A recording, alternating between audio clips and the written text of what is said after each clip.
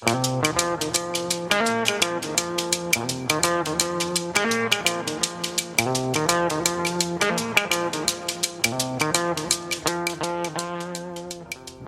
theme music means it's time now for Talk of the Bay, K-Squid's local public affairs program brought to you every weekday afternoon at 5 o'clock. Thanks for tuning in. We're going to be talking with Chris Neely, he's our first guest, about what's happening in Santa Cruz County. And there's a lot going on. From the closing of a mental health drop-in center to the vote by the Watsonville City Council to continue and expand their use of the controversial flock cameras. Some are known to give data to the federal government to track people who are in the country without documents. All that coming up on Talk of the Bay. I'm Rachel Ann Goodman. Welcome, Chris Neely, reporter for Lo0kout. He is their policy reporter, and congratulations on the Pulitzer Prize. I don't think I've complimented you on your amazing work there and how much attention it's gotten in the past year, because it's been a while you haven't been on the show. It has been. I mean, thank you very much. That was a thrilling moment last year, and I appreciate the kind words. And it's good to be back. Love being in the studio. I'm happy it didn't work out last week because I wasn't going to be able to be in here, but it's nice to be back. Well, thank you for making the time. You have a number of stories in Lo0kout that we're going to talk about, and I think I'll start with the one we mentioned last, which is the vote just yesterday. I think it was yesterday on the Watsonville City Council. There's a really controversial proposal in front of them, or was, to expand their use of the flock cameras. These are cameras that take license plate photographs. Mm-hmm. What is the controversy about them, and how did they vote? Well, the controversy about the flock cameras is kind of like multi-layered. I think it's evolved over the last year.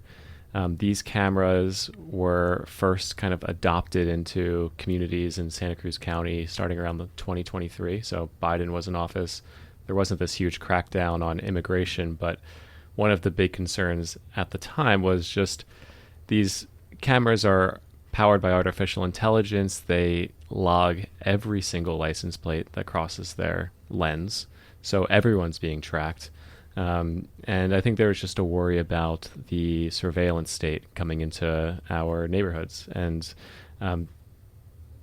obviously there's a lot of discomfort about that. We're in a place right now where it just feels like that technology is rapidly expanding and we don't really know what to do about it. So, that was kind of the first layer of concern.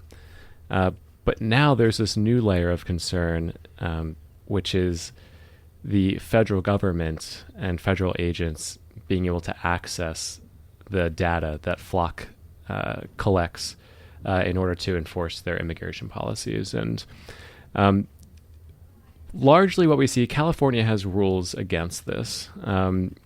But from what I've seen is that the Customs and Border Patrol agents were able to access a lot of data from Flock. I think Flock acknowledged that.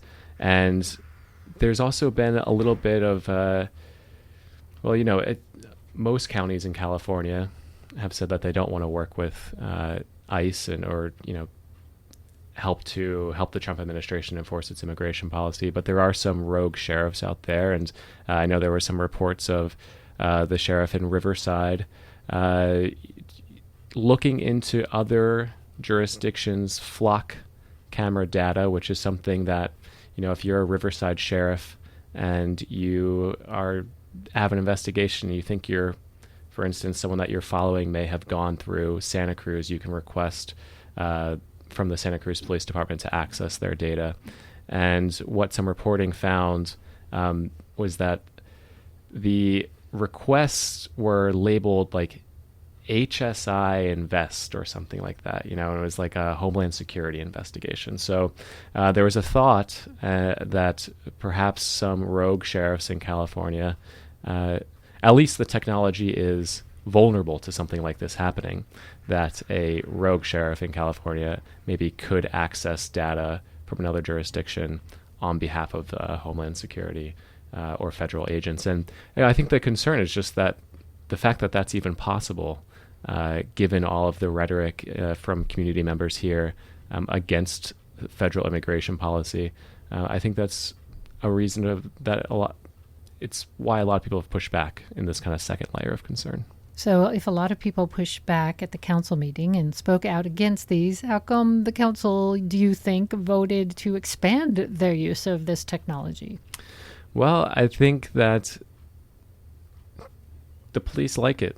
It's a good police tool. I was not watching that city council meeting. My colleague Tanya Ortiz was covering that, but I saw that 2 city council members and the former mayor, Quiroz Carter, voted against it. She said her position had changed on it since all of this reporting came out about federal agents being able to access the data. I think that will be a concern that is ongoing, and I'll be interested to see. These are 2-year contracts. I'll be interested to see what the conversation's like at the city of Santa Cruz. They will have to renew, and I don't know if they are looking to expand their use of the cameras, but it's much more. It's a deeper level of conversation now, because before it was dystopian surveillance state. People have differing opinions on how front and center that issue is for them. But then we have this concern about immigration policy, and it hasn't been a secret about how our local officials have felt about federal immigration policy. And yes, I'll be interested to see. But yeah, I mean, the cops really like the tool. It helps them. It helps them stay on top of everything and everyone in a way. Well, and, this is a good segue. Today is 9/11, but, most people would say, yeah, we want technology to catch the bad guys. The unfortunate problem lately has been perfectly innocent people are getting swept up in this craze to meet the numbers, the quotas. People were against quotas for hiring and university admissions, but not for catching people, and that's forcing a lot of people into a horrible situation. So, soon to be followed. And I wanted to make that transition because I think we have become almost immune to our privacy invasions since 9/11. Today is the anniversary. Yeah. And I wonder if you wouldn't mind sharing a little bit about your own experience being from New Jersey and when it happened. I know where I was. I think a lot of us know exactly where we were that day. It was a shared, horrible moment to go through as a country. Yes, it was. And how interesting that we're talking about the surveillance state at the top of the hour and then on 9/11, because, of course, that's when it really started to pick up. My experience with it was I was in 4th grade. I was living in this small New Jersey town, Hazlitt. It was pretty much like a bedroom community for Manhattan and New York City, and a lot of parents took the train or the bus into the city for work. And I got into class. I was in 4th grade, and within the first hour, 7 or 8 kids all called down over the loudspeaker from my class alone to come down to the office. None of them came back. By the 3rd kid, we were everyone was, looking around like, what's going on here? And then my teacher started sobbing uncontrollably.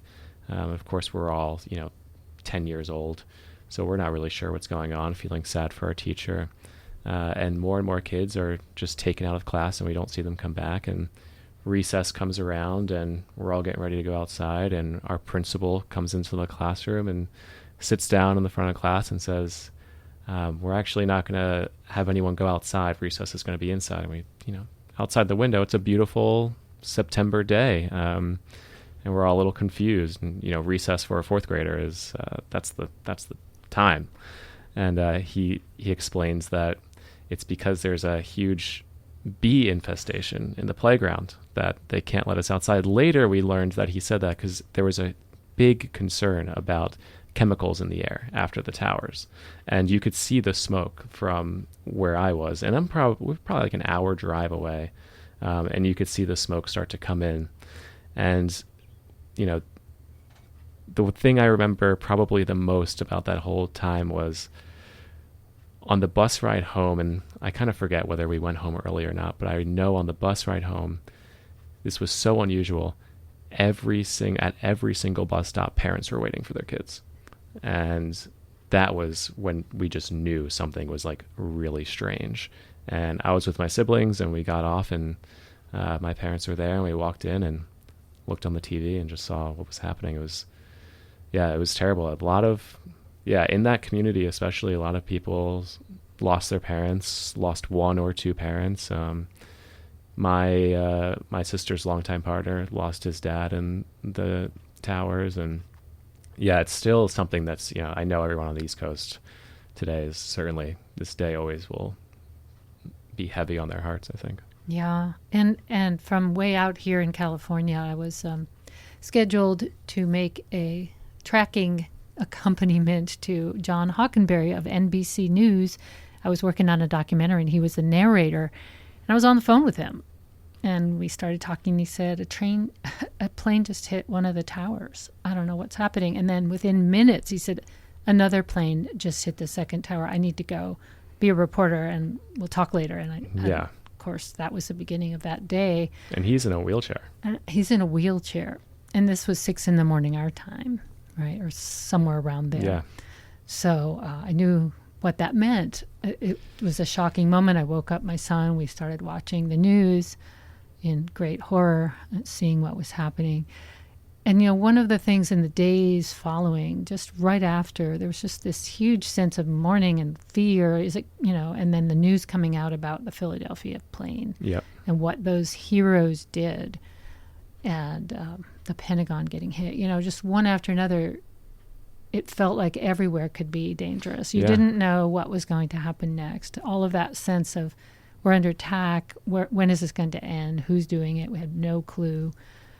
Just the fear. And then there was this like unity feeling of national sorrow, and a sense of, that these people were heroes, watching the individual stories come out of Manhattan, where people went in, or the firefighters that went up the hill, up the stairs, knowing they probably wouldn't come back. Yeah. Those were heartbreaking stories. I have goosebumps just thinking about it now. The parents who I know that, worked in that area and they made it out alive, they still just remember the soot that they were covered in. I mean, a lot of them took the ferry home, and they just came home just totally black in soot and just dusty. And it was terrible. I mean, my dad was a volunteer firefighter in New Jersey.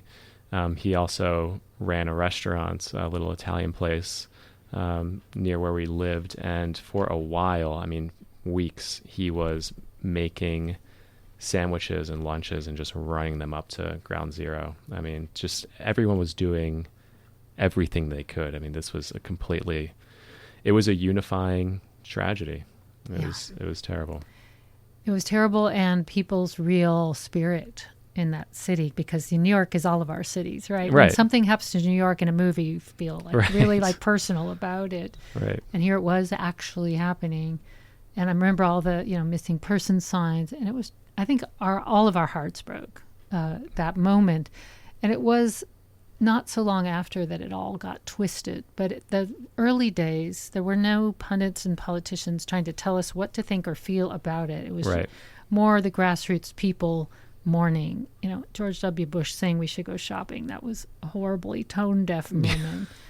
There was so much wrong with what happened later, but I think it's important not to let that overshadow our real feelings about what happened as a country, that we were hurt, and that's what it feels like. It's a really complex moment, but it's important not to forget it. Amidst all the current news, it feels like a disaster on day 1, 2, and 3 and 100 of the moment we're in. But it's important to remember a lot of that started a lot of, the increase in our defense budget, people going off to war, banning people from certain countries from coming. All of that, was used, I think, as we now can reflect. Yeah, that day back home, of course I was in 4th grade, and, in the years following, still very young, but that day just shaped our calendars. It was everyone knew a month before that 9/11 was coming up. That's how heavy it was on people's minds. And you'd always go over to a part of the shore that we were in. If you could look straight across and you would see the Twin Towers. And then on 9/11, and perhaps even throughout that week every year, they just had these huge 2 light beams that would just go up, and everyone would go out and look at it. And yeah, it's just really, it really did shape, I mean, a lot of people's lives in a really tragic way, but it also did kind of shape growing up in that area too. I mean, that was a day that still, I mean, I know if I was back there right now, we'd all be talking about it just like this. Yeah, I'm glad we're talking about Yeah, it, me because too. it gets overshadowed now with other news. And I think it's important to just remember not only the tragedy of it, but the way we can come together as a country when, Right. when things get rough. And I hope we can do that again. We need to. It's almost a daily attack in some ways, and internal terrorism notwithstanding. When they disbanded all of the terrorism apparatus from internal terrorists, I started to really worry, because that's been the threat more lately, it feels like. Yeah. Well, we're going to go back to some local news. If you just joined me, I'm speaking with Chris Neely. He is with us from Lo0kout. He's one of the policy reporters, and there's been a lot of news. So we're going to cover next the closing of MHCAN, the mental health drop-in center that was a popular place for homeless people to go during the daytime when they don't have a home to hang out in or an office to go to. And I know that it was a place for many people, and it was run by people who had experienced mental illness themselves. So there was a real peer-run vibe to the place and a real welcoming of all types of people. Suddenly, out of nowhere, it closes. Do we know any more about the why and the how of that? It's still hazy at this point, why it closed. They had, and like you said, just to back up really quick, I mean, MHCAN really was a unique, this isn't just like any kind of service or social service closing. It was like, I reported on it over the summer because it was the budget cuts at the county had threatened to actually close it after almost 30 years.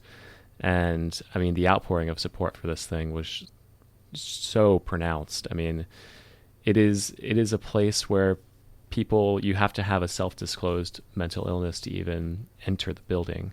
And when I went there to go report on it, I mean, the executive director at the time said, "You're not even really supposed to be in here, because everyone from staff to people working in the kitchen, cooking food, driving, delivery, everything, clients, they all have a self-disclosed mental illness." And that's the number one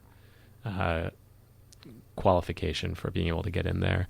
A lot of the people did suffer from homelessness too, or were experiencing it at the time, and so it really created this kind of safe place. And drop-in day centers like that are kind of judgment-free. It's not really a social worker based, and there's not any of those actually outside of MHCAN. So yeah, why it closed? They've been very tight-lipped about this. They had some financial issues. The county had done an audit on them in 2024 that looked into their expenses. This is a county-funded program completely. They give them about $500,000, a little bit, $500,000 this past year. Traditionally, like a little closer to $600,000, but budget cuts happened this year, and now the city and the county have come together to fund this program because they both see it as important to the whole ecosystem of mental health and homelessness services. But the county had found that, or had concluded that what MHCAN was billing the county wasn't necessarily lining up with what they were allowed to bill in the contract, so that the county started requiring more documentation of all of the expenses. And I don't know that that's why it closed necessarily, but there was some issues with the executive director, who has since been let go. They had some absenteeism issues, and people weren't getting paid, and they had just run into some financial challenges, the details of which are still kind of being figured out at this point. But yeah, it's really sad, and they don't know if it's no one has said that it's a permanent closure by any means, but it was an abrupt closure. and there was no warning, and there's no sense on when it might open again. So everybody that was going there as a client, as a participant, or even as a volunteer, where will they go, do you think? Right. That was the concern when they were going to get shut down over the summer was, the place serves 50 people per day, and it's not always the same people. So, yeah, it's a very worrisome thing for people because it just puts them back out on the streets. I mean, like I said, there's not many places to go during the day, and I think that's something that housed people and folks like us just don't even really recognize like the importance of just a place to be able to just go during the day. That's why you see the libraries often, like, the downtown libraries kind of become a de facto like drop-in center because it's, it's open and people can go there and just like hang out for a little bit, but just like some refuge from the outdoors. MH Camp provided it, and like in a very welcoming way, 2 meals per day, laundry services, shower. I mean, it was an amazing program. Well, let's hope it comes back and the county sees the benefit, because the statewide policy and the national policy being reflected is clear these homeless encampments, but not provide anywhere for these people to go. It just seems, from a public health standpoint alone, that it's an emergency, that when people are sleeping outside, endangering themselves, it's not a tenable situation, especially if they're suffering from mental health issues. Yeah. It is Suicide Prevention Month. There's a care fair coming up on the 20th at the county building or at the plaza. And there's a lot of focus being put on mental health. I hope that it's not just words, but actions, and that they can find the money to open it. We have time for another story that you worked on, the battery story. Right. So we have about 6 more minutes of the show. What do we know about the batteries that were shipped to Nevada after the fire at Moss Landing? That's a story you've been following. Oh, I've been following battery shipped to Nevada, and I am not sure I can actually speak on the battery shipped to Nevada, but I can speak to the progression of the battery project that's proposed in Watsonville. Yeah, talk about that. Yeah, so the Seahawk project as it's proposed, it is a 200 megawatt, $200 million investment project, battery storage. These things, they're just like big batteries or thousands of batteries within a small kind of condensed area. They store renewable energy, and the important thing, it's an important thing for the renewable energy kind of, revolution that we're all trying to kind of get going, because it's really hard to store solar power when the sun's not shining, and wind power when the wind's not blowing. So these batteries kind of provide, and it's an imperfect technology at this point, but they do provide a place, kind of like an oil barrel almost, for renewable energy for you to use later. This project could not have been proposed at a worse time. I mean, less than a month, I think, officially, before the Moss Landing fire, it was proposed. It had been, being developed and worked on and everything for longer than that, but proposed officially, applied for in like mid-December. By January 16th, the Moss Landing thing was on fire, and suddenly public perception and opinion on these things that people were kind of welcome. I mean, it was broadly welcomed, these batteries. Public opinion just flipped completely. So the Seahawk thing is, it's being really pushed back against by many in the community for good reason. We all saw the 100-foot flames coming out of the Moss Landing thing. We all saw the smoke, and we all know that it's lithium-ion batteries that are burning. So there is a lot of concern about a project like this. So the applicant, it's kind of a Massachusetts-based company. They've been trying to get this project through, and the county doesn't really have a battery storage policy, and the applicant's been trying to work with the county to get a battery storage policy going, and so that they can like really move forward and officially propose. They've applied for the project, but they need the policy to actually propose it. And the county, after kind of dancing around it for a little bit, just decided last month that we're we're going to delay any approval on this policy. There's some things working through the state government. There's some things, working elsewhere.